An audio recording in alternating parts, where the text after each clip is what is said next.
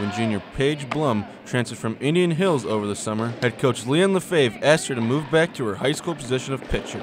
Blum agreed. She, along with a 14-player freshman class, has helped get Wartburg back to the success of the 2000s. Much of the bad karma has been erased because Blum says the team doesn't care about what happened the last 2 years. Since we weren't here, we don't know any better, so we're just trying to make our own legacy, I guess.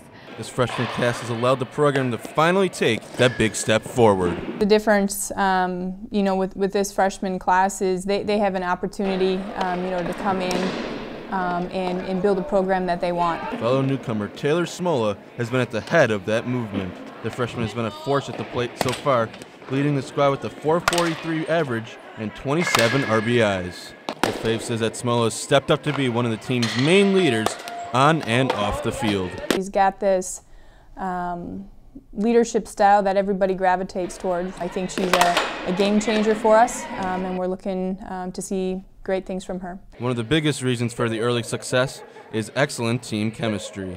Smola says that their Florida trip during spring break brought them closer together. Working well together has helped us through these first games, and just trusting each other and knowing that we have each other's backs through every single play, through every single game. Both Smola and Blum say they wouldn't be in the place they are today without the leadership of upperclassmen like Katie Wyman and Savannah Warburton. I have so much respect for them as players and people because no one wants to lose. Team's motto is all in this season, with an emphasis on sacrificing personal stats for team success. They will need that mentality as they look to win their first Iowa Conference game in 2 years in the coming weeks. Reporting for Cedar Valley Today, I'm Justin Szykowny.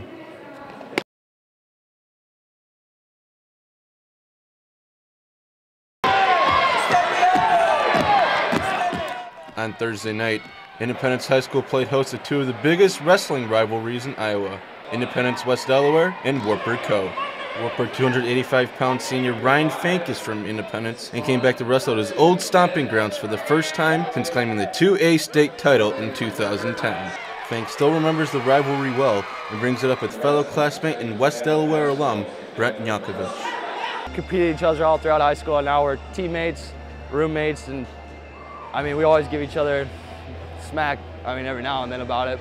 Even though Independence came back to beat West Delaware and claim the Highway 20 trophy, followed by a Wartburg win shortly after, what made the night special is that Ryan finally got to compete in the same gym as his little brother Kyle.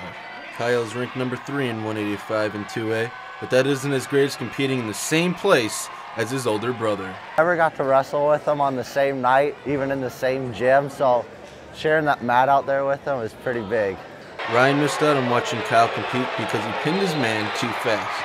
Independence head coach Michael Doyle says that both Fanks have an aggressive approach to wrestling. Maybe Kyle picked up a thing or two from Ryan. He considers him one of his best teachers of the sport. I learned a lot. He's taught me a lot of things, and he's just been a good coach. Next year, Kyle will follow in Ryan's footsteps and continue his wrestling career at Wartburg. After all, what better person to learn from than your older brother? Reporting for Cedar Valley Today,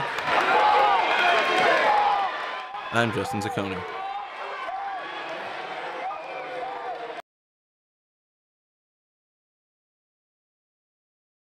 After coming in third last year behind Bettendorf and Southeast Polk, the standings didn't change over the offseason, as Waverly Shellrock was picked to place third in 3A again behind the two teams that got the upper hand in February.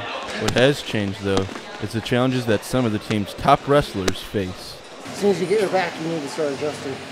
Defending 152-pound champion North Dakota State commit Spencer Deerfield is moving up to 160 this season, while state qualifier Corey Abernathy is jumping 3 weight classes from 145 to 170. Abernathy is changing his style of wrestling, but having senior status has helped ease that transition. You got to be more physical and kind of wear them down and get to your attacks more clearly than when you're a smaller guy. Stepping out on the mat, I kind of more relaxed now, and I just kind of go with the flow. Fellow classmate Deerfield is looking ahead as he tries to conquer a new weight class. Coach Schwab always tells me to not try to defend my title, but to attack a new one. So last year's last year. I'm just going out there and gonna attack a new one.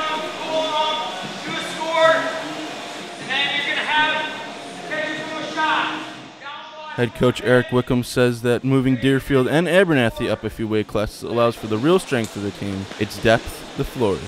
The guys that are going to take us to the opportunity to win a state championship are going to be the guys like Isaac Miller, Thomas Foy, some of those guys that have been right there but haven't quite scored us the points at the state tournament that they're capable of. One name to look out for on this team is freshman Austin Yant. Yant is ranked preseason top 10 in 106 and has already made a big impression on the coaching staff. He's really developing and competing at a high level, and that's all because of his hard work and willingness to be coachable. We see a lot of potential in him. He's only going to get better by the end of the year. With Deerfield and Abernathy leading the charge, WSR hopes they can get to the top of the podium for the first time since 2011. Reporting for Sports Night, I'm Justin Szykowny.